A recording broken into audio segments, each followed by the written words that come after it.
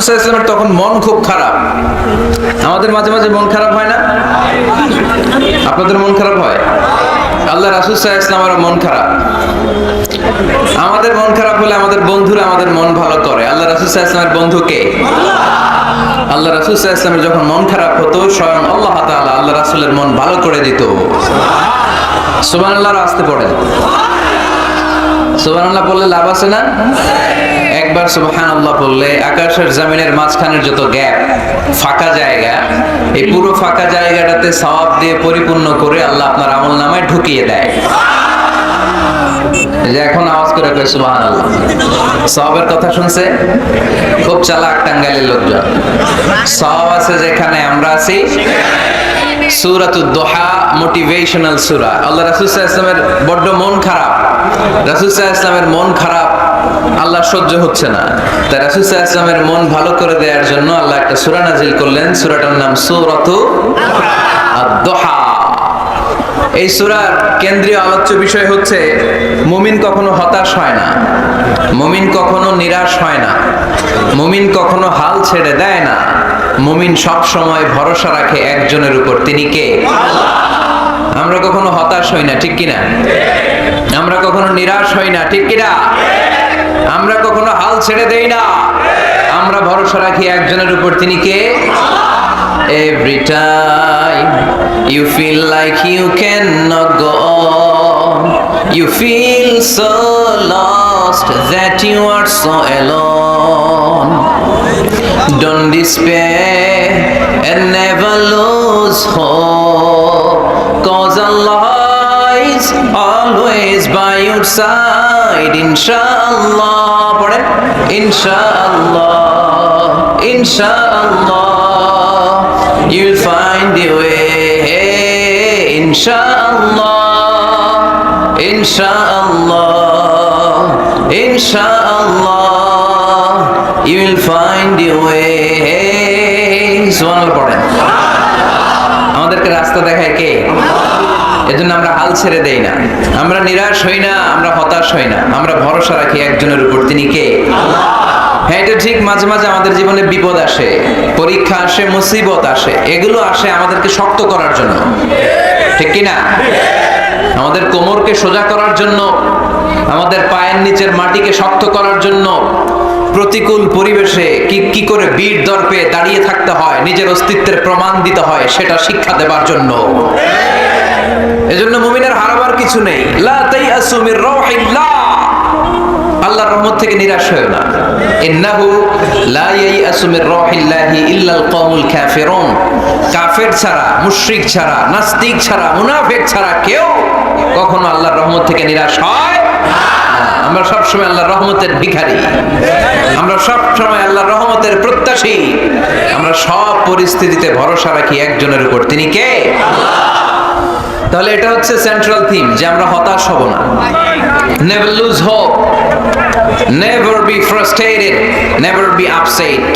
কখনো মন খারাপ করা যাবে না, আমরা আল্লাহর উপর ভরসা রাখি। এটা হচ্ছে কেন্দ্রীয় আলোচ্য বিষয়। এই সূরাটা নাজিলের একটা ব্যাকগ্রাউন্ড আছে। যেহেতু এটা মাক্কি সূরা, আল্লাহ রাসূল সাল্লাল্লাহু আলাইহি ওয়াসাল্লামের কাছে কোরআনের আয়াতগুলো নাজিল হতে শুরু করলো। রাসূল সাল্লাল্লাহু আলাইহি ওয়াসাল্লাম কোরআনের আয়াতগুলো প্রচার করতে শুরু করলো। যাই নাজিল হয় রাসূল সাল্লাল্লাহু আলাইহি ওয়াসাল্লাম কি গোপন করে রাখতেন? বা যা নাজিল হয়েছে তার অর্ধেক শোনাইতেন, বাকিটা শোনাইতেন না, এরকম? ইয়া আইয়ুহার রাসূল বাল্লিগ মা উনজিলা ইলাইক, হে নবী, হে রাসূল, যাই নাজিল হয় আপনি ছড়িয়ে দেন। রাসূল সাল্লাল্লাহু আলাইহি ওয়াসাল্লাম ছড়ায় দিতেন। যেটাই নাজিল হয়, কাল বিলম্ব না করে বিশ্বনবী এই আয়াতের দাওয়াত দিতে শুরু করতেন। নাজিল হলো ইকরা বিসমি রাব্বিকাল্লাযী খালাক, খালাকাল ইনসানা মিন আলাক, ইকরা ওয়া রাব্বুকাল আকরামুল্লাযী আল্লামা বিল কলম, আল্লামাল ইনসানা মা লাম ইয়ালাম। পড়েন সুবহানাল্লাহ। নাজিল হলো পড়ো তোমার রবের নামে যিনি শিখিয়েছেন। আমাদেরকে শিখিয়েছে কে? আমাদের সৃষ্টি করেছে কে? Read in the name of your lord who has created. পড়ো তোমার প্রভুর নামে যিনি শিখিয়েছেন। নাজিল হলো 5 আয়াত, আল্লাহ রাসূল সাল্লাল্লাহু আলাইহি ওয়াসাল্লাম পৌঁছে দিলেন। নাজিল হলো ইয়া আইয়ুহাল মুযাম্মিল কুমিল লাইলা ইল্লা কালিলা, বিশ্বনবী পৌঁছে দিলেন। নাজিল হলো ইয়া আইয়ুহাল মুদ্দাসসির কুম ফাআনযির, পৌঁছে দিলেন। যাই আসে পৌঁছে দিতেন। কিন্তু হঠাৎ করে ওহী আসার ধারাবাহিকতা হুট করে বন্ধ হয়ে গেল, ওহী আর আসে না। ফলে রাসূল সাল্লাল্লাহু আলাইহি ওয়াসাল্লাম নতুন কোন কোরআনের আয়াত মক্কাবাসীদেরকে শোনাতে পারে। মক্কাবাসীরাও এসে রাসূল সাল্লাল্লাহু আলাইহি ওয়াসাল্লামকে খোঁচায়, বলে কি মুহাম্মদ কিছু বলো না যে, নতুন কিছু শোনাও না যে, এতদিন তো অনেক পটপট করছো, অনেক কথা শোনাইছো, কই তোমার সেই কথা? রাসূল সাল্লাল্লাহু আলাইহি ওয়াসাল্লাম বলতে পারেন না। কেমনে বলবে? উনি কি মন গড়া কিছু বলে? ওমা ইয়ানতিকু আনিল হাওয়া ইন হুয়া ইল্লা ওয়াহয়ুই ইউহা, মন গড়া তিনি কিছু বলেন না, মন মস্তিষ্ক প্রসূত কোনো কথা তিনি জাতির কাছে পেশ করেন না। তিনি তাই বলেন যা তাকে নির্দেশ দেয়া হয়, আর নির্দেশটা দেয় কে? সবাই বলতে লাগলো মুহাম্মদ তোমার নতুন কথাবার্তা কই? রাসূল সাল্লাল্লাহু আলাইহি ওয়াসাল্লাম চুপচাপ, কিপ সাইলেন্ট। কাফিররা বলতে শুরু করলো ইন্না মুহাম্মাদান কালাহু রাব্বুহু, মুহাম্মাদের রব মুহাম্মদ রে ভুলে গিয়েছে, মুহাম্মাদের রব মুহাম্মদ রে বর্জন করেছে। তাই তো নতুন কিছু আসে না। মুহাম্মদ তোমার দিন শেষ, তোমার কাছে আর আসবে না ওহী। রাসূল সাল্লাল্লাহু আলাইহি ওয়াসাল্লাম খুব টেনশন শুরু করে দিলেন। আবু লাহাবের স্ত্রী উম্মে জামিল বলতে শুরু করলো ইন্না শাইতানাকা কাদ তারাকাক, হে মুহাম্মদ তোমার শয়তান তোমারে তরক করছে। নাউজুবিল্লাহ পড়েন। শয়তান দ্বারা উম্মে জামিল সাইয়েদনা জিবরাইল আলাইহিস সালামকে বুঝিয়েছেন। তিনি বুঝিয়েছেন যে মুহাম্মদ জিবরাইল তোমার কাছে আসে না, শেষ, তোমার দিন শেষ, তোমার খেলা শেষ, আর আসবে না। রাসূল সাল্লাল্লাহু আলাইহি ওয়াসাল্লাম নিজেও ভয় পেয়ে গেলেন। ঘটনা কি? আমার কোনো ভুল হচ্ছে না তো? আমি কোনো অন্যায় করে ফেললাম না তো? আল্লাহ আমার উপর নাখোশ হলেন না তো? আমরাও মাঝে মাঝে এরকম ফ্রাস্ট্রেশনে ভুগি না? কি রে, আল্লাহ বোধহয় আমারে পছন্দ করে না, এত দোয়া করি আল্লাহ মনে হয় আমার দোয়া কবুল করে না, আল্লাহ মনে হয় আমারে চায় না, আল্লাহ মনে হয় আমারে ভালোবাসে না। তা না হলে আমার দোয়া কবুল হয় না কেন? আমি এত দুঃখী কেন? রাসূল সাল্লাল্লাহু আলাইহি ওয়াসাল্লাম ঠিক একই টেনশনে পড়লেন, ঠিক একই ডিলেমায় পড়লেন, ঠিক একই পেরেশানিতে ভুগলেন। কি রে, ওহী নাজিল হয় না কেন? আমাকে নিয়ে কাফির মুশরিকরা বেদিনরা ঠাট্টা বিদ্রুপ করে, উপহাস করে, কিন্তু আল্লাহ তাআলা কোনো ওহী নাজিল করে না। ঘটনা কি? আমার ভুল হলো না তো? আমি কোনো অন্যায় করে ফেললাম না তো? আল্লাহ আমার উপর নাখোশ হলেন না তো? টেনশন। রাসূল সাল্লাল্লাহু আলাইহি ওয়াসাল্লাম টেনশনে ভুগছেন। ইন দ্য মিন টাইম আল্লাহ রাসূল সাল্লাল্লাহু আলাইহি ওয়াসাল্লামের টেনশন দূর করে দিয়ে আল্লাহ রাসূল সাল্লাল্লাহু আলাইহি ওয়াসাল্লামের মন ভালো করে দেওয়ার জন্য এই সূরা দোহা নাজিল করলেন কে? আল্লাহ রাসূল যখন টেনশনে হাবুডুবু খাচ্ছেন, তখনই আল্লাহ নাজিল করলেন ওয়াদ-দুহা ওয়াল-লাইলি ইযা সাজা মা ওয়াদ্দা'আকা রাব্বুকা ওয়া মা ক্বালা ওয়ালাল আখিরাতু খায়রুল লাকা মিনাল উলা ওয়ালা সাওফা ইউ'তিকা রাব্বুকা ফাতারদা। সুবহানাল্লাহ পড়েন। আল্লাহ নাজিল করলেন ওয়াদ-দুহা ওয়াল-লাইলি ইযা সাজা। দোহা মানে আলো। দোহা মানে কি? সকালের আলো, প্রভাতের সূর্য কিরণ। আলো মানে আশার আলো, সম্ভাবনার আলো। আলো বললেই মনের মধ্যে একটা সাহস জাগে না? আর অন্ধকার বললেই ভয় লাগে না? আমাদের ছোট্ট বাচ্চারা বাসার ভিতরে অন্ধকার হলে ভয় পায় না? তার মানে অন্ধকার হচ্ছে ভয়ের প্রতীক, আর আলো হচ্ছে আশার প্রতীক। সুবহানাল্লাহ পড়েন। রাসূল সাল্লাল্লাহু আলাইহি ওয়াসাল্লামকে সান্ত্বনা দেওয়ার জন্য আল্লাহ দুইটা শপথ করলেন। চিল্লায় বলতে হবে কয়টা? এক হচ্ছে আলোর শপথ, আরেক হচ্ছে অন্ধকারের শপথ। এক হচ্ছে আরেক হচ্ছে ওয়াদ-দুহা, দোহার শপথ, প্রভাতের সূর্য কিরণের শপথ। ওয়াল-লাইলি ইযা সাজা, নিঝুম নিস্তব্ধ রাতের শপথ। আল্লাহ তাআলা আলো আর অন্ধকারের শপথ দিয়ে মূলত ওহী আশা আর না আশাকে বুঝিয়েছেন। সুবহানাল্লাহ পড়েন। আলোকে আল্লাহ তাআলা ওহীর উপস্থিতির সাথে তুলনা করেছেন। অন্ধকারকে রাব্বুল আলামিন এই সূরার মধ্যে ওহীর অনুপস্থিতিকে বুঝিয়েছেন। আল্লাহ বুঝাতে চাইলেন নবী, আমি আপনারে ভুলি নাই। কেমন করে আমি আপনারে ভুলি? আপনি আমার হাবিব, ঠিক কি না? আপনি আমার খলিল না, আপনি আমার হাবিব। খলিল মানেও বন্ধু, হাবিব মানেও বন্ধু। ইব্রাহিম আলাইহিস সালাম ছিলেন খলিল, আর আল্লাহ রাসূল ছিলেন হাবিব। খলিলও বন্ধু, হাবিবও বন্ধু, কিন্তু খলিল মানে এমন বন্ধু যেই বন্ধু আল্লাহরে খুশি করার জন্য কাজ করে, আর হাবিব মানে এমন বন্ধু যেই বন্ধুরে খুশি রাখার জন্য আল্লাহ নিজেই কাজ করে। কি কাজ করলেন হাবিবরে খুশি রাখার জন্য? আজকে সব আমরা শুনবো। আল্লাহ বললেন ওয়াদ-দুহা ওয়াল-লাইলি ইযা সাজা, আলোর শপথ, অন্ধকারের শপথ।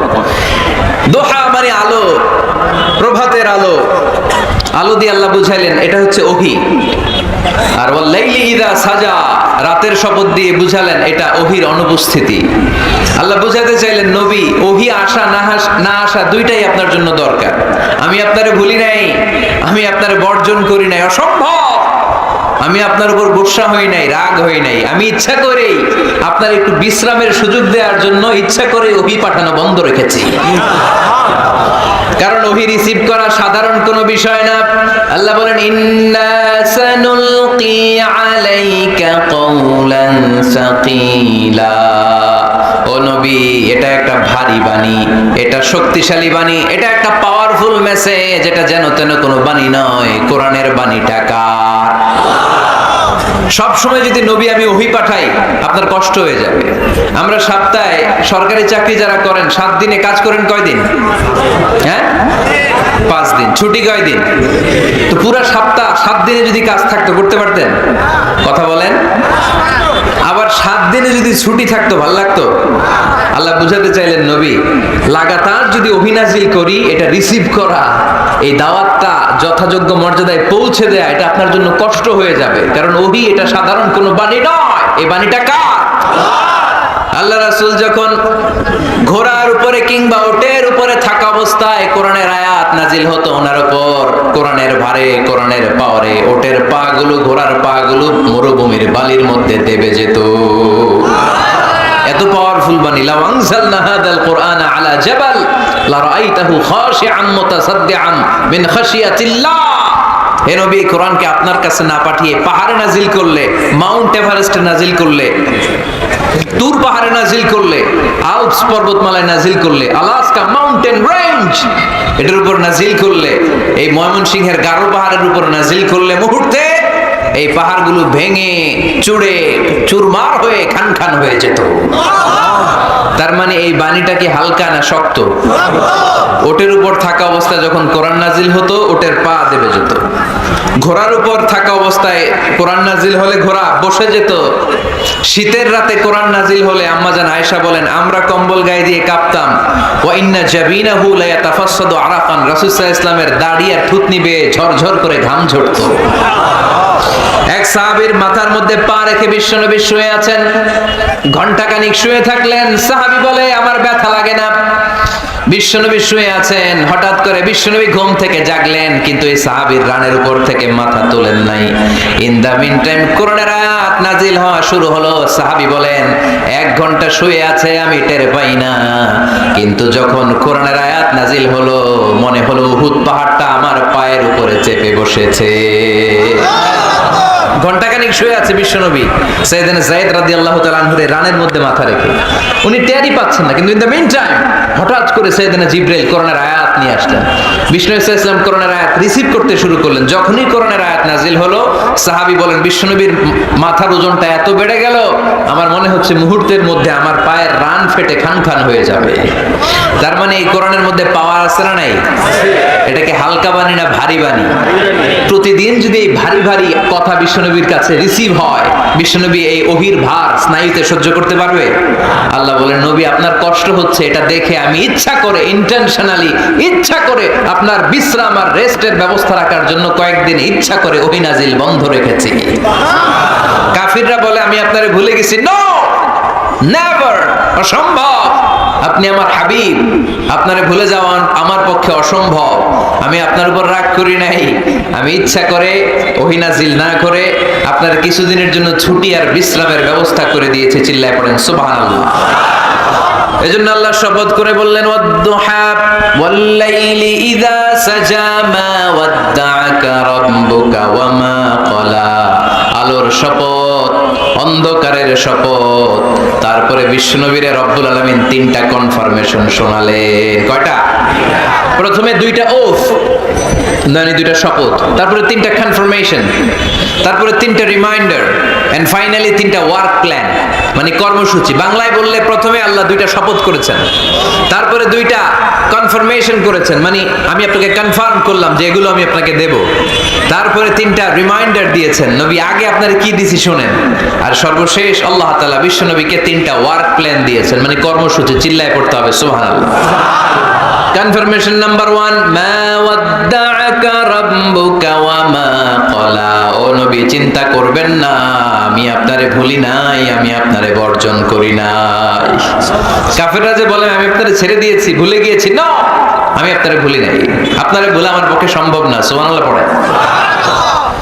2 নাম্বার কনফার্মেশন, আল্লাহ বললেন ওয়ালাল আখিরাতু খায়রুল লাকা মিনাল উলা। পড়েন, ওয়ালাল আখিরাতু খায়রুল লাকা মিনাল উলা। ও নবী, দুনিয়ার জীবনের চাইতে আখিরাতের জীবন আপনার জন্য শ্রেষ্ঠ।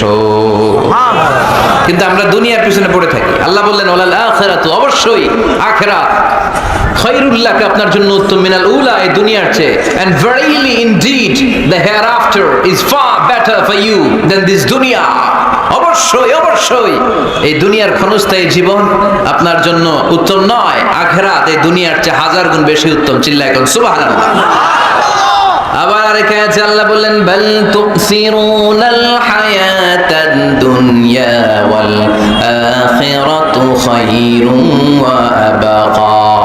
তোমরা এই দুনিয়ার জীবনকে প্রাধান্য দিয়ে থাকো, কিন্তু দুনিয়াটা শ্রেষ্ঠ নয়, আল্লাহর কাছে আখিরাত হলো শ্রেষ্ঠ, আখিরাত হলো স্থায়ী। সুবহানাল্লাহ পড়ুন। তাহলে প্রথমে কনফার্ম করলেন নবী, নো টেনশন, নো টেনশন, আমি আপনার সাথে আছি। আল্লাহ যদি সাথে থাকে আর কিছু লাগে?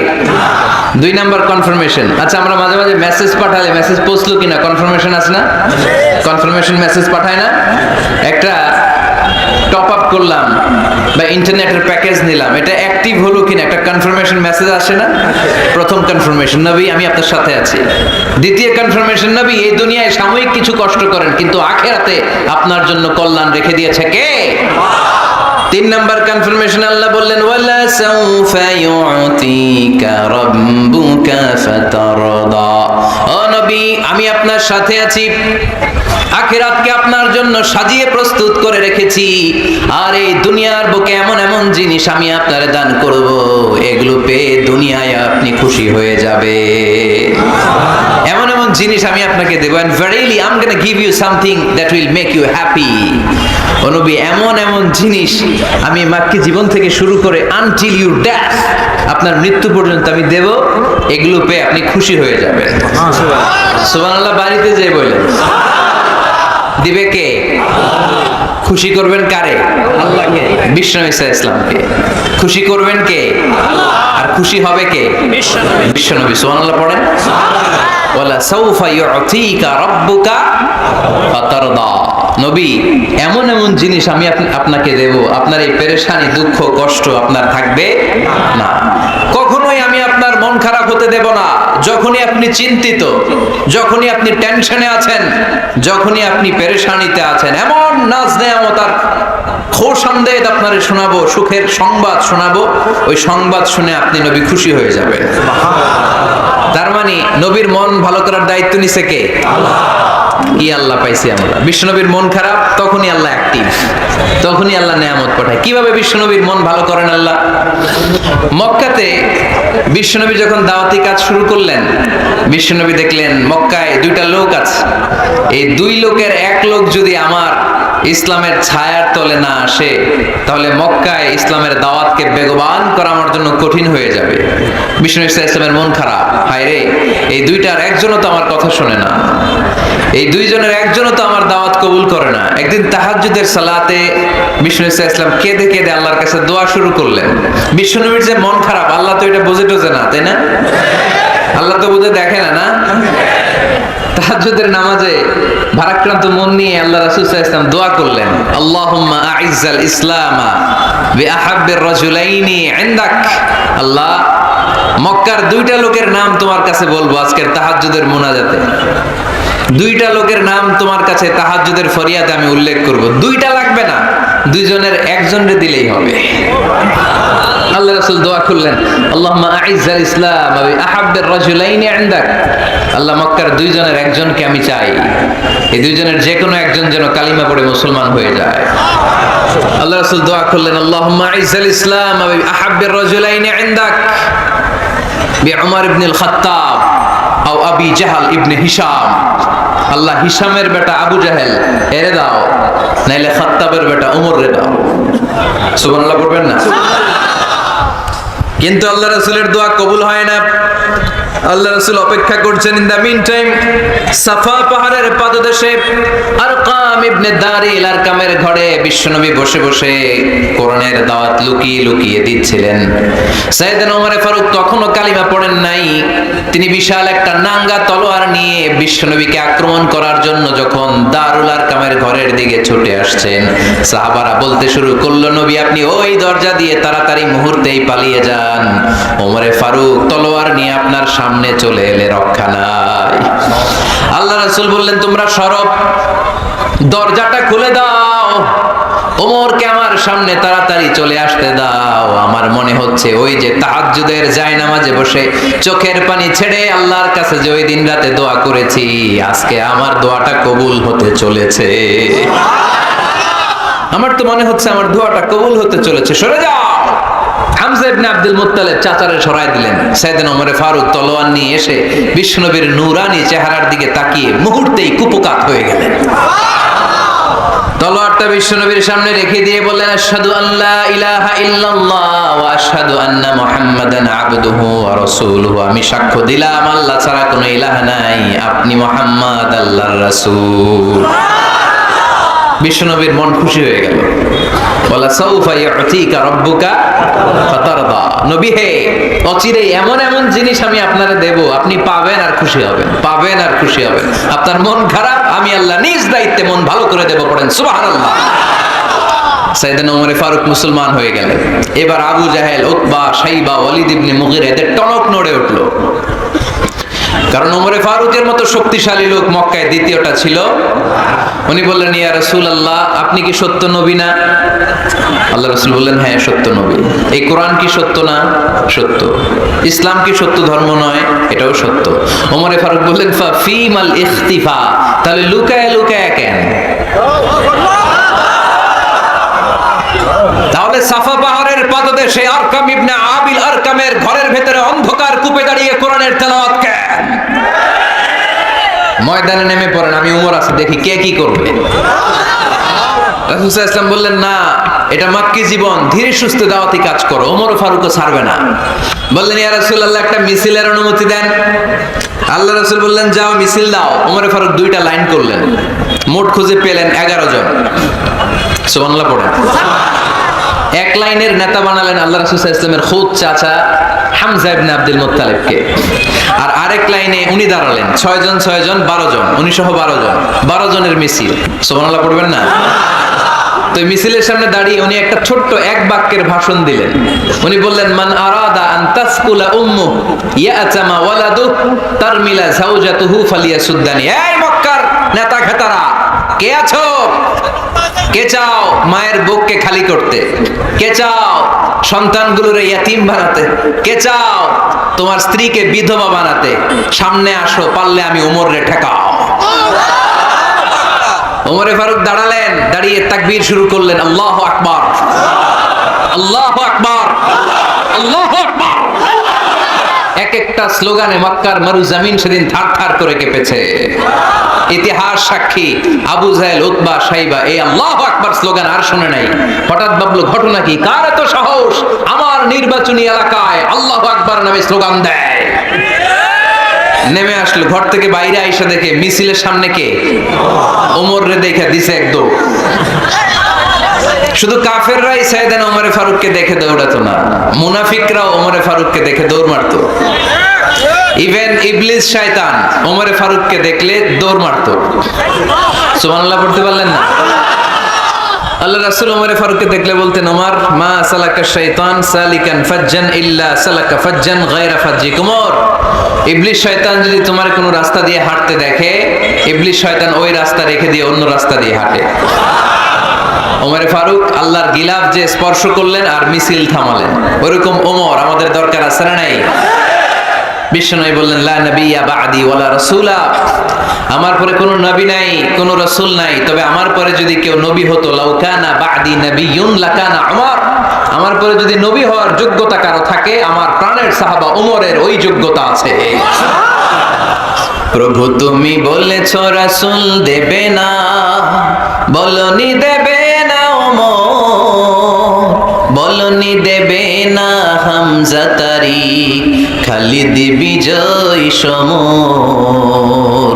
প্রভু তুমি বলেছো রাসূল দেবে না, বলনি দেবে না ওমর, বলনি দেবে না হামজা তারিক, খালিদ বিজয় সমর। প্রভু তুমি বলেছো রাসূল দেবে না। সুবহানাল্লাহ পড়েন। ওইরকম একটা ওমর হইলে আমাদের জন্য এনাফ। ওই একটা ওমরের অপেক্ষায় বসে আছে গোটা মুসলিম উম্মাহ, চিল্লায় বলো ঠিক কি না?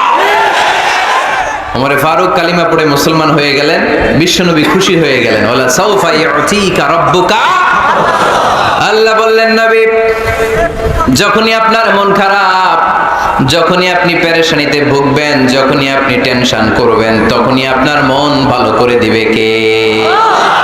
আল্লাহর ঘোষণা, and verily Allah gonna give you something that will make you happy, এমন জিনিস আমি দেব, আপনি খুশি হয়ে যাবেন। সুবহানাল্লাহ। আল্লাহ রাসূল সাল্লাল্লাহু আলাইহি ওয়াসাল্লাম দাওয়াত দিতে দিতে তায়েফ চলে গেলেন। তায়েফ নাম শুনেছেন? মক্কা থেকে 80 মাইল দূরে। আমি গিয়েছি কয়েকবার। ঠান্ডা এলাকা, 6000 ফিট উঁচু, মেঘ নেমে আসে। তায়েফে গেলে কেউ বিশ্বাসই করবে না এটা সৌদি আরবের অংশ। বৃষ্টি হয়, কি হয়? চাষাবাদ হয়, অনেক ফলমূল আর শাকসবজি পাওয়া যায়। আল্লাহ রাসূল সাল্লাল্লাহু আলাইহি ওয়াসাল্লাম 80 মাইলের মরুর পথ পাড়ি দিলেন। আমাদের মতো প্রাইভেট কারে চড়ে গেছিলেন, তাই না? আহা, এই লম্বা মরুর পথ, তপ্ত মরুভূমি, সূর্যের প্রচন্ড তাপ উপেক্ষা করে তায়েফে গেছিলেন জমির মামলার মীমাংসা করতে। কি করতে? তায়েফবাসীদেরকে দাওয়াত দেওয়ার জন্য। আল্লাহ রাসূলের নিজের কোনো স্বার্থ ছিল? কথা কয় না। তায়েফবাসীদেরকে জাহান্নামের আগুন থেকে বাঁচানোর জন্য, তায়েফবাসীরা যাতে মাইন না খায়। কি নবী ছিল সে? কোন বন্ধু বলো বেশি বিশ্বস্ত, সে কোন বন্ধু বলো বড় বিশ্বস্ত, কার কাছে মন খুলে দেয়া যায়, কার কাছে প্রাণ খুলে বলা যায়, হওয়া যায় অতি আশ্বস্ত। তার নাম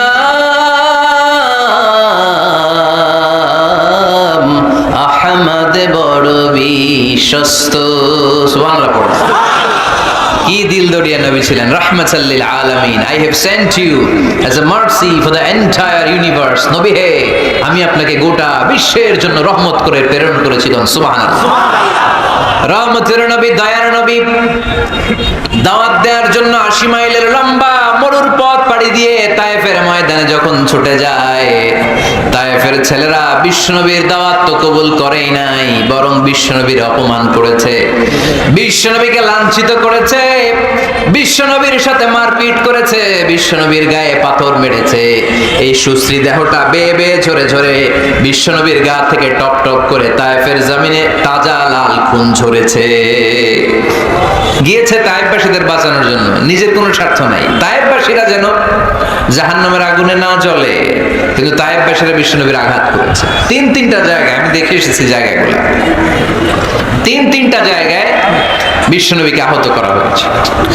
খেয়ে না খেয়ে দিন প্রচারের কাজে নিজেকে দিয়েছ বিলিয়ে, তায়েফের কাফিরেরা চিনল না সে আলো, দুষ্ট ছেলেদের পিছু দিল লেলিয়ে, পাথরের আঘাতে ক্ষত বিক্ষত হয়ে সারা শরীর থেকে রক্ত ঝরে। হে রাসূল তোমাকে ভুলি আমি কেমন করে, হে রাসূল তোমাকে ভুলি আমি কেমন করে, হাজার ব্যথা বেদনার পরে। ফিরে আসনি তুমি আপন ঘরে, দিনের আলো তুমি ছড়িয়ে দিতে, চলে গেলে মদিনায় মক্কা ছেড়ে।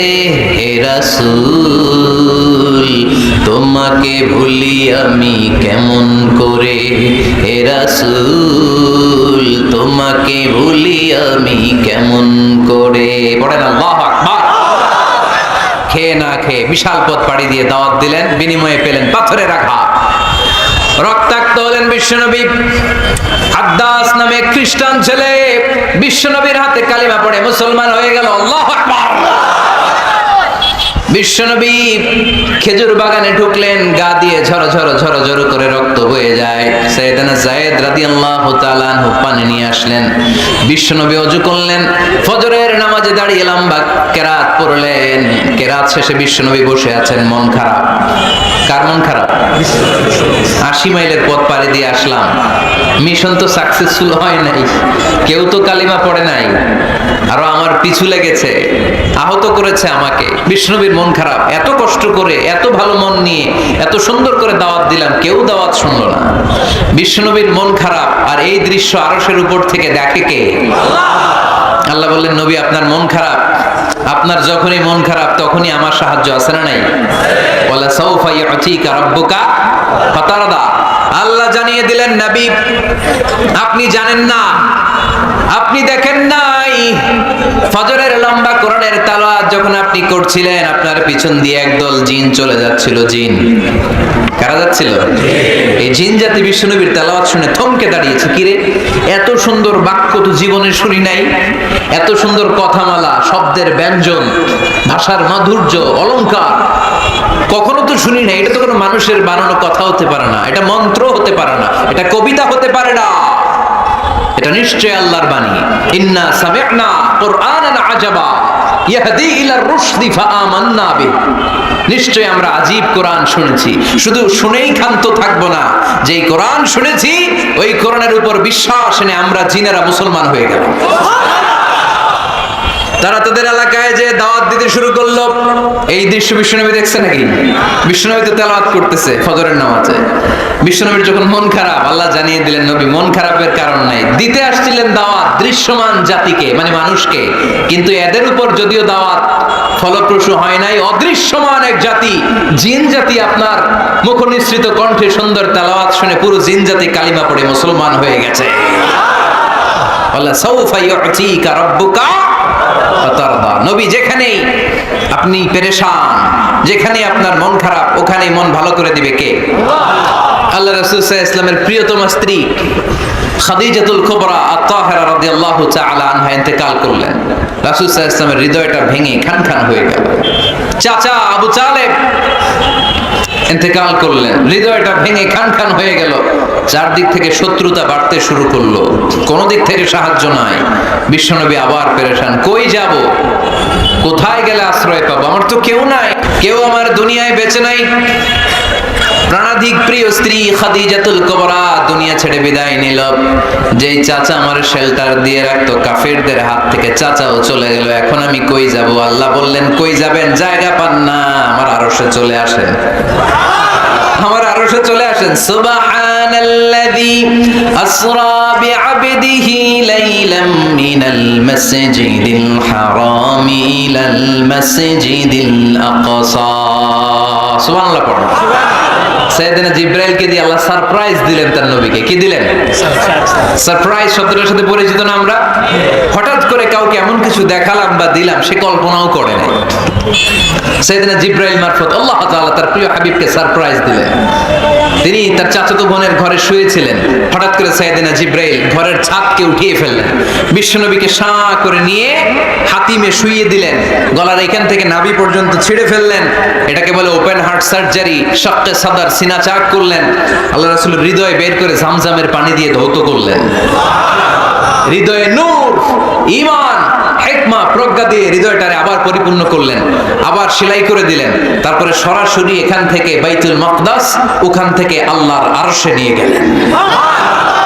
আল্লাহ সাউফা ইউতিকা রাব্বুকা ফাতারদা, নবী এমন এমন জিনিস আমি আপনারে দেব, আপনি তো নিয়ে কুল পাবেন না। যখনই আপনার মন খারাপ, তখনই আমার দেয়া নেয়ামত আপনার জন্য আছে না নেই? মেরাজে চলে গেলেন, রবের সাথে সাক্ষাৎ করে দুনিয়ায় আসলেন। আসার পরে মক্কার লোকেরা আবার বিশ্বনবীকে হত্যার ষড়যন্ত্র শুরু করে দিল। বিশ্বনবী ডানে যাওয়ার জায়গা পায় না, বায়ে যাওয়ার জায়গা পায় না, সামনেও যেতে পারে না, পেছনেও যেতে পারে না। আল্লাহ বললেন, নবী এই এলাকায় আর থাকার দরকার নাই, আপনি মদিনায় চলে যান। তওবা, তয়বা, মদিনাতুন নবী, পবিত্র শহর, যে শহরের মাটিতে বরকত, যে শহরের বালুতে বরকত। চিল্লায় পড়েন সুবহানাল্লাহ। বিশ্বনবী আল্লাহ তাআলার আদেশে এই কষ্টকর পরিস্থিতি থেকে উত্তরণের জন্য মক্কা থেকে মদিনায় গেলেন। মদিনায় যাওয়ার সাথে সাথে লোকজন গাইতে শুরু করলো, তালাআল বাদরু আলাইনা মিন সানিয়াতিল ওয়াদা ওয়াজাবা শুকরু আলাইনা মাদআ লিল্লাহি দা আইয়ুহাল মাবউসু ফিনা জিতা মিন আমরিল মুতা' জিতা শারাফতাল মাদিনা মারহাবান ইয়া খায়রাদা। সবাই পড়েন, তালাআল বাদরু আলাইনা মিন সানিয়াতিল ওয়াদা ওয়াজাবা শুকরু আলাইনা মাদআ লিল্লাহি দা। সুবহানাল্লাহ পড়েন। মক্কায় অত্যাচার, মক্কা থেকে গেলেন, সবাই ফুল নিয়ে দাঁড়ায় আছে আর পড়তে আরম্ভ করছে, তালা আল বদরু আলাইনা। আবার বৃদ্ধ বনিতা, মদিনার ছোট বড় মাঝারি নারী পুরুষ কেউ বাদ যায় নাই, সবাই বিষ্ণু ইসা ইসলামকে ওয়েলকামিং রিসেপশন দেওয়ার জন্য চলে এসেছে। দৃশ্য দেখে বিশ্বনবীর মন খারাপ ছিল, আবার মন ভালো হয়ে গেল। এজন্য আল্লাহ বললেন, ওয়াদ-দুহা ওয়াল-লাইলি ইযা সাজা মা ওয়াদ্দা'আকা রাব্বুকা ওয়া মা ক্বালা ওয়ালাল আখিরাতু খায়রুল লাকা মিনাল উলা ওয়ালা সাওফা ইউ'তিকা রাব্বুকা ফাতারদা। সুবহানাল্লাহ পড়েন আওয়াজ করে, আল্লাহ সাওফা ইউ'তিকা রাব্বুকা ফাতারদা। হে নবী, এমন এমন জিনিস দিব আপনি খুশি হয়ে যাবেন, খুশি হয়ে যাবেন। মদিনাতে যে আল্লাহ রাসূল সাল্লাল্লাহু আলাইহি ওয়াসাল্লাম মসজিদে নববী প্রতিষ্ঠা করলেন, আল্লাহ তাআলা কিবলা চেঞ্জ করে দিলেন। আগে পড়তো মক্কার দিকে নামাজ, এখন পড়ে ফিলিস্তিনের দিকে নামাজ। 16 থেকে 17 মাস রাসূল সাল্লাল্লাহু আলাইহি ওয়াসাল্লাম ফিলিস্তিনের দিকে, মানে ইহুদিরা যে দিকে নামাজ পড়ে ওই দিকে হয়ে নামাজ পড়লেন। কারণ আদেশটা কার? জোরে বলেন সবাই, আদেশটা কার? কিন্তু নবীর মন মানে না। নবীর মনে বড্ড আশা, আমার জন্মস্থান, আমার প্রিয় শহর মক্কার কাবা ঘরের দিকে যদি আমি সেজদা দিতে পারতাম আমার বড্ড ভালো লাগতো। কারণ কাবা আমার জন্মস্থান, মক্কা আমার জন্মস্থান, আমার বংশের গোড়া, আমার আদি পিতা ইসমাইল ইব্রাহিম এই কাবা ঘর নির্মাণ করেছে। তাই প্রত্যেকটা নামাজের পরে বিশ্বনবী আকাশের দিকে তাকায়, মনে মনে ভাবে কাবা যদি চেঞ্জ হয়ে যেত, কিবলা যদি আল্লাহ পরিবর্তন করে দিত কতই না ভালো হতো। নামাজ শেষে বিশ্বনবী দুঃখ নিয়ে উপরে তাকায়, আল্লাহ তো আর দেখে টেকে না, তাই না? দেখে দেখে। আল্লাহ বলে, قد نرى تقلب وجهك في السماء। ও নবী, আপনি যে আকাশের দিকে তাকিয়ে মন খারাপ করে মনে মনে বিড়বিড় বিড়বিড় করে কি কি বলেন, সব আমি জানি, সব আমি দেখি। ফাওয়াল্লি ওয়াজহাকা শাতরাল মাসজিদিল হারাম। আর দেরি নয়, আর কাল বিলম্ব নয়, যেখানে ফিরে আপনার সেজদা দিতে মনে চায় আজ থেকে ওই কাবার দিকে আপনার কিবলা আমি মুহূর্তেই পরিবর্তন করে দিলাম গো নবী। নবীর যেটা মন চাইতেছে আল্লাহ ওইটাই দিতেছে। সুবহানাল্লাহ পড়েন। এজন্যই বলেছি খালিল মানে এমন বন্ধু যেই বন্ধু আল্লাহরে খুশি করার জন্য কাজ করে, আর হাবিব মানে এমন বন্ধু যেই বন্ধুরে খুশি করার জন্য আল্লাহ নিজেই কাজ করে। কোন সুবহানাল্লাহ। ফাওয়াল্লি ওয়াজহাকা শাতরাল মাসজিদিল হারাম। মসজিদে হারামের দিকে মুখ ঘুরান নবী, মুখ ঘুরান, আপনার দুঃখ আমার সহ্য হয় না। যেদিকে আপনার নামাজ পড়তে মনে চায় ওই কাবার দিকেই পড়েন, চিল্লা এখন সুবহানাল্লাহ। এভাবে যত জায়গায় নবী চিন্তিত, নবীর চিন্তা দূর করে দিছে কে? আল্লাহ রাসূল এই কোরআন থেকে জানতে পারলেন আগের নবীরা হায়াত পেয়েছে 1000 বছর, 2000 বছর। আগের নবীর উম্মতেরা হায়াত পেয়েছে 800 বছর, 1200 বছর। আমাদের নবী পৃথিবীতে বেঁচে ছিলেন কয় বছর? সবাই বলেন। এবং সুনানে তিরমিজির হাদিস, আল্লাহ রাসূল সাল্লাল্লাহু আলাইহি ওয়াসাল্লাম বলেছেন আমারু উম্মতি মা বাইনা আস-সিত্তিন ইলা 70। আমার উম্মতের গড় বয়স হবে 60 থেকে 70। ওয়া আকাল্লুহুম মা ইয়াজুজু যালিক, এর চেয়ে বেশি হায়াত পাবে হাতে গোনা অল্প কয়েকজন। বেশিরভাগই 60-70 এর মধ্যে মরে শেষ, ঠিক কি না? এখন আমাদের সমাজের কি অবস্থা? এটাই তো। আপনাদের টাঙ্গাইলের কি অবস্থা? কত কত বাঁচে? 100 বয়স হয়েছে এরকম কে কে আছেন দেখি? টাঙ্গাইল ওই যে একজন হাত তুলছে, যুবক হাত তুলছে, মানে বুঝাইতে চাইছে হুজুর দোয়া করেন 100 বছর বাঁচতে চায়। আচ্ছা 80 বছর কার আছে দেখি? 80 পাওয়া যাবে বোধহয় দুই একটা। ওই যে মাশাআল্লাহ মাশাআল্লাহ মাশাআল্লাহ, এই চাচারা আছে, আল্লাহ কবুল করুক, আল্লাহ আরো হায়াত বাড়ায় দেখ। 50 আছেন কে কে দেখি? 50 অনেক অনেক, হাত নামান হাত নামান, অনেক হায়াত পেয়েছেন আপনারা, আল্লাহ আরো হায়াত দেখ, আরো হায়াত দারাজ করুক, পড়ি আমিন। আমার উম্মতি মা বাইনা 60 ইলা 70, আমার উম্মতের গড় বয়স হবে 60 থেকে 70। এই কথা শোনার পরে বিশ্বনবী আবার কাঁদতে শুরু করলেন, কারণ বিশ্বনবীর টেনশন হচ্ছে আগের উম্মতের হায়াত পাইছে বেশি, ইবাদত করছেও, আমার উম্মত হায়াত পাইছে কম, ইবাদতের সুযোগও। হায়রে আমার উম্মতের কি হবে? আমার উম্মতের কি হবে? এই নবী তো এমন নবী, সব নবীকে আল্লাহ একটা দোয়া করার সুযোগ দিয়েছিলেন, যে দোয়াটা করা মাত্রই কবুল। এটাকে আরবিতে বলে দাওয়া মুস্তাজাবা, লিকুল্লি নবিয়িন দাওয়া মুস্তাজাবা। সব নবীকে আল্লাহ একটা করে দোয়া করার সুযোগ দিয়েছে, আর এই দোয়াটা করা মাত্রই কবুল। আর সব নবীরা দুনিয়াতেই ওই দোয়া করে ফেলেছে। আল্লাহ রাসূল সাল্লাল্লাহু আলাইহি ওয়াসাল্লাম বলেছেন ওয়া ইন্নী আখতাবিউ দাওয়াতি শাফাআতান লি উম্মতি ইয়াউমাল কিয়ামা। ওই দোয়াটা আমি দুনিয়ায় করি নাই, ওই দোয়াটা আমি তোমাদের জন্য কিয়ামতের ময়দানে যাতে তোমাদেরকে সুপারিশ করে জান্নাতে ঢুকাতে পারি ওই জন্য রেখে দিয়েছি। কত কষ্টে বিষ্ণু ইসলাম ছিলেন, খাবার ছিল না, পেটে পাথর বেঁধেছেন। যদি বলতেন আল্লাহ ওই দোয়াটা করলাম আপনি খাবার দেন, জান্নাতের খাবার পাঠিয়ে দিত কে? উহুদের ময়দানে দাঁত ভেঙেছেন, রক্ত ঝরেছে, যদি দোয়াটা করতেন মুহূর্তে বিজয় দিত কে? কোন পরিস্থিতিতে ওই দোয়াটা বিশ্বনবী করছেন? রেখে দিয়েছে। দেখেন অন্য নবীর সাথে আমার নবীর অ্যাটিটিউডে পার্থক্য। অন্য নবীরাও চাইলে রাখতে পারতো এদের উম্মতের জন্য, না, বিপদের দিনে ওটা কাজে লাগায় ফেলছে। প্রত্যেক নবী একটা করে দোয়া করার সুযোগ পেয়েছিল, যে দোয়াটা করা মাত্রই কবুল। সব নবীরা দুনিয়াতেই শেষ, একমাত্র শুধুমাত্র কেবলমাত্র আমার আর আপনার নবী ছাড়া রেখে দিয়েছেন তিনি, রেখে দিয়েছেন ওই দোয়া আমাদের জন্য, আমার জন্য, আপনার জন্য, আমাদেরকে বাঁচানোর জন্য ওই দোয়া রেখে দিয়েছে। চিল্লায় বলেন ঠিক কি না? রেখে দিয়েছেন। কাঁদতে লাগলেন, আল্লাহ আগের উম্মতেরা হায়াত পেয়েছে 1000 বছর, ইবাদত করেছে বেশি, আমার উম্মতেরা 60 আর 70 এর মাঝখানে মরলে এদের নসিবে কি হবে? আমার উম্মতের তো ইবাদতের সংখ্যা কম। আবার কান্না শুরু করলেন, মন খারাপ আল্লাহ দেখে, নবীর যে মন খারাপ আল্লাহ দেখে। আল্লাহ নাযিল করলেন ইন্না আনজালনাহু ফি লাইলাতিল কদরি ওয়া মা আদরাকা মা লাইলাতুল কদর লাইলাতুল কদরি খায়রুম মিন আলফি শাহর। সুবহানাল্লাহ পড়েন। আল্লাহ বলে নবী আপনি কাঁদবেন না, আপনার চোখের পানি আমার সহ্য হয় না। অন্যান্য নবীর উম্মতদেরকে হায়াত দিয়েছি বেশি, কদরের রাত দেই নাই। আপনার উম্মতকে যদিও হায়াত লম্বা দেই নাই, কিন্তু আপনার উম্মতকে আমি লাইলাতুল কদরের রাত দিয়েছি গো নবী। লাইলাতুল কদরি খায়রুম মিন আলফি শাহর, 1000 মাসের চেয়ে সেরা। এই এক কদরের রাতে যদিও 60 থেকে 70 বছরের মধ্যে মারা যাবে, কিন্তু এই এক কদরের রাতে ইবাদত করলে 1000 বছর ইবাদত করলে যে সওয়াব, তার চেয়েও বেশি সওয়াব আপনার উম্মতের আমলনামায় ঢুকায় দিবে কে?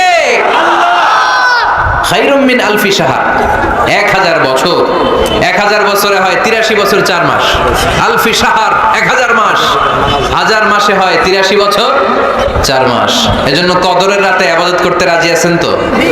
বিশ্বনবীর যেখানেই মন খারাপ, মন ভালো করে দেয় কে? সর্বশেষ কিয়ামতের ময়দানে মাকামে মাহমুদে বিশ্বনবী সিজদায় পড়ে কাঁদবেন। আল্লাহ বলবেন, জিব্রাইল যাও, দুনিয়ায় কান্না সহ্য করতে পারি নাই, আজ কিয়ামতের ময়দানেও আমি আমার নবীরে কাঁদতে দেব না। ইযহাবিয়া জিব্রাইল কুল্লাহু মা ইউবকি, যে আমার নবীরে বলো, নবী আপনি কাঁদেন কেন? সাইয়েদনা জিব্রাইল যে বললেন, নবী আল্লাহ জিজ্ঞেস করেছেন আপনার কান্নার কারণ কি।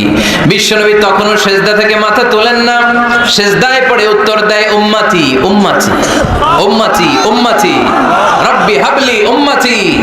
আল্লাহ আমার গুনাহগার উম্মতের কি হবে? আল্লাহ আমার উম্মতের কি হবে? আল্লাহ আমার উম্মতের কি হবে?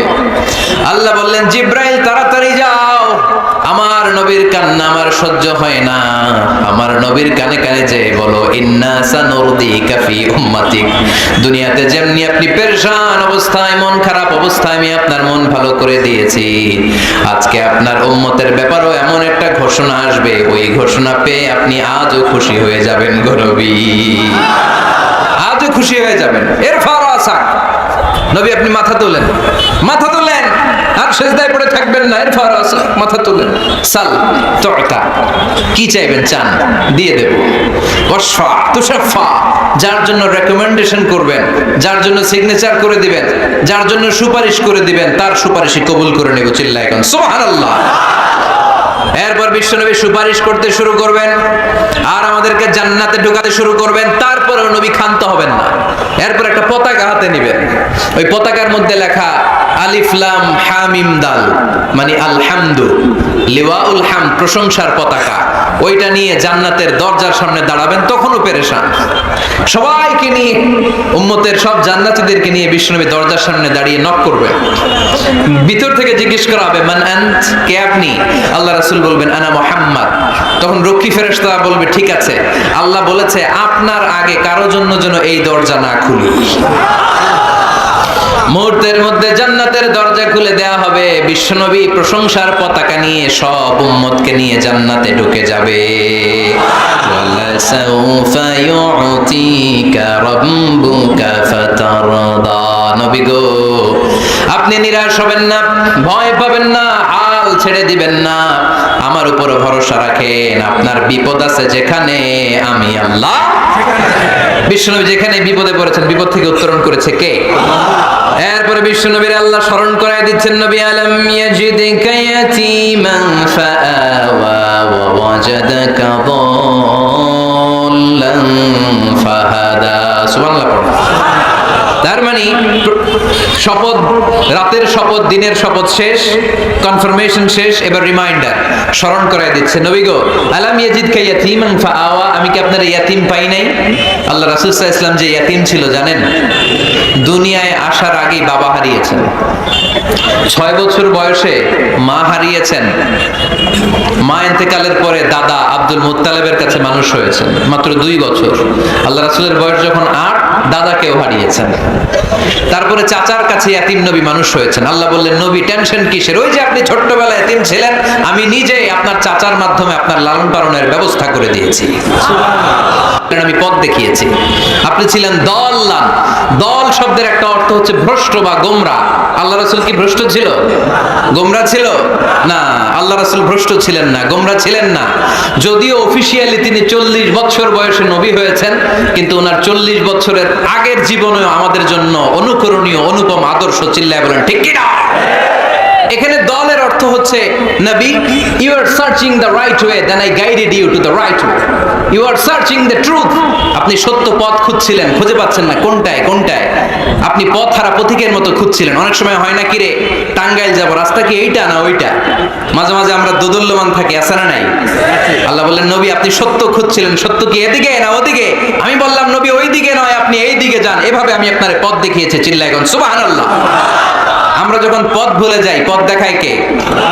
জোরে বলতে হবে কে? আল্লাহ। আমি যদি কোনোদিন পথ ভুলে যাই, যায়, হাত ছানি দিয়ে কাছে নিও, মমতার বন্ধনে আমায় বেঁধে সব ভুল ক্ষমা করে দিও। পড়েন, আমি যদি কোনোদিন পথ ভুলে যাই, হাত ছানি দিয়ে কাছে নিও, মমতার বন্ধনে আমায় বেঁধে সব ভুল ক্ষমা করে দিও। চিল্লায় পড়তে হবে আমিন। এটা কিন্তু একটা দোয়া, যদি আল্লাহ পথ ভুলে যায় পথ দেখায় দিও। প্রতিদিনই কিন্তু এই দোয়াটা পড়ি সূরা ফাতিহায়, ইহদিনাস সিরাতাল, সবাই বলেন ইহদিনাস সিরাতাল, ও আল্লাহ show us the right path, show us the correct path, show us the straight path। আল্লাহ সোজা রাস্তা দেখান, যে রাস্তা শুরু হয়েছে দুনিয়ায় ঢুকে গিয়েছে জান্নাতে। ওয়াজাদাকা দাল্লান, আপনি পথ খুঁজছিলেন, আমি আপনার পথ দেখিয়েছি। ওয়াজাদাকা আইলান ফাআগনা, আপনি ছিলেন নিঃস্ব, আমি আপনাকে ধনাঢ্য বানিয়েছি। তাফসিরে এসেছে ফাআগনা বিখাদিজা, আমি খাদিজার সাথে বিয়ে পড়াইয়া দিয়ে আপনারে ধনী বানাইয়া দিছি। আল্লাহ রাসূল সাল্লাল্লাহু আলাইহি ওয়াসাল্লাম খাদিজা রাদিয়াল্লাহু তাআলা আনহার ব্যবসায় কাজ করতেন।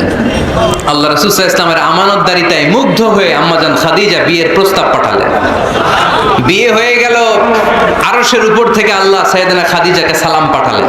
সুবহানাল্লাহ। আর সাইয়েদাতুনা খাদিজা বললেন, নবী, আজ থেকে আমার সম্পদ বলে কোনো কথা নাই, সব সম্পদ আপনার পায়ের সামনে আমি ঢেলে দিলাম, আপনার যা মনে চায় এটা দিয়ে করেন, ইসলামের দাওয়াত দেন। ফাআগনা বিখাদিজা, খাদিজার সাথে বিয়ে করিয়ে দেওয়ার মাধ্যমে আল্লাহ রাসূলকে ধনী বানায় দিল কে?